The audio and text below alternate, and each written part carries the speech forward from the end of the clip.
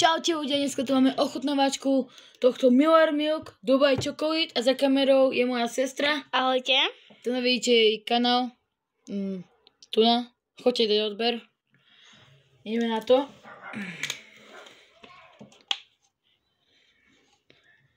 Chutí úplne jak dubajská čokoláda. Aj tak vonia. Tak no ale vonia. Ideme na to ľudia, bojím sa toho. 3, 4. Na zdravíčko. Laranja, acerola e mel. Chutí ti, braček? Chutí to jak normálne čokoládové. Počkajte ľudia.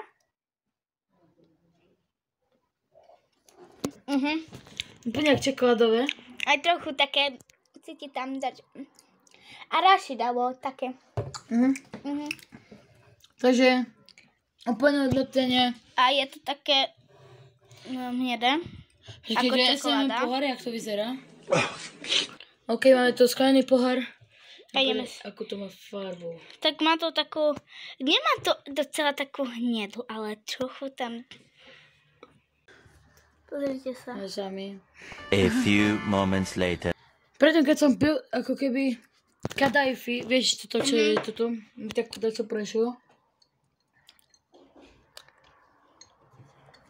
Nemyslím si, že tam bol kadajfi, ale Dubaj. na obrázku je. A to na... neviem. Počkaj. Ešte raz vám to ukazujem. Tiež to môžete vidieť pistácie, dubajskú čokoládu. To bude asi z tohto videa všetko. A nezabudnite dať like, odber a... Ešte nečaute. Dajte ten like a odber, to je pravidlo. Ale neviem, či by som si to úplne kupoval. Tak. Radšej by som si kúpil to čokoládové, bo... Alebo dať čo iné, napríklad. Úplne takisto chutí, jak čokoládové. Sú tam aj, teraz sme pozreli v Kauflande, v Cashmarku sme to kúpili. A tam boli aj nejaké iné, ale nič známe. Také, napríklad... Banán, jahoda, čokoláda. Ale nie, tie nové.